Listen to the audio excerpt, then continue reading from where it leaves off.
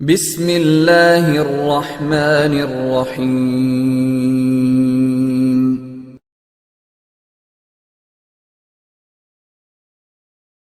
চেয়েছেন যে সকাল এবং সন্ধ্যায় যে আজকার পাঠ করার কথা আছে হাদিসে, সকাল কতক্ষণ পর্যন্ত আর সন্ধ্যা কতক্ষণ পর্যন্ত থাকে। সকাল বলতে আমরা সকালের নাস্তা, কেউ যদি 12টা বাজে নাস্তা করে, তাহলে আমরা কি বলি সে সকালের নাস্তা করেছে? সকাল বলতে আমরা মানে এটা একটা কমন সেন্সের বিষয়। আমরা যখন বুঝি সকাল 8টা 9টা পর্যন্ত সকাল থাকে, তো সকাল মূল কথা হচ্ছে যে বিল গুদুবি ওয়াল আসাল। গুদু মানে একেবারে প্রভাতে, অর্থাৎ ফজর সালাতের পরে যে সকাল, ওই শুরুটা যেন আপনার আজকার দিয়ে হয়।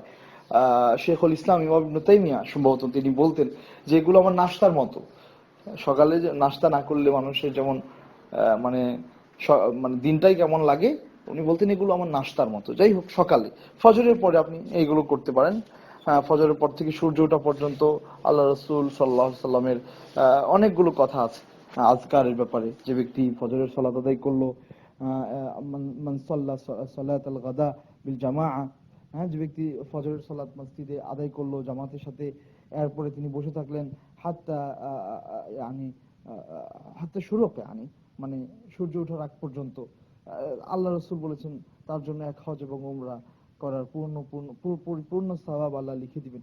সুতরাং এই আজকারগুলোর ফাদাইল আছে, ফজরের পরে করলেই ভালো। আবার সন্ধ্যাটা মাগরিবের আদায় করার পরে, মাগরিবের পর থেকে কিছুটা সময় আপনি করতে পারেন ইনশাআল্লাহ।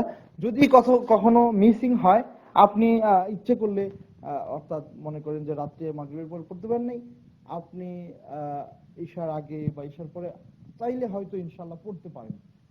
অনেকগুলো দোয়া আছে যেগুলো রাত্রে পড়ার কথা আছে, যেমন সাইয়্যিদুল ইস্তিগফার, সেটি দিনে আপনি যে কোনো সময় পড়েন, আবার রাতে যে কোনো সময় পড়েন, এটির ব্যাপারে বৈধতা আছে, আপনি পড়তে পারেন। আর যেগুলো একেবারে সকাল এবং সন্ধ্যার সাথে রিলেটেড, ওইগুলো আপনার ফজরের পরে এবং মাগরিবের পরে পড়ার জন্য আমি অনুরোধ করছি। জাযাকুমুল্লাহু খাইরান। আসসালামু আলাইকুম।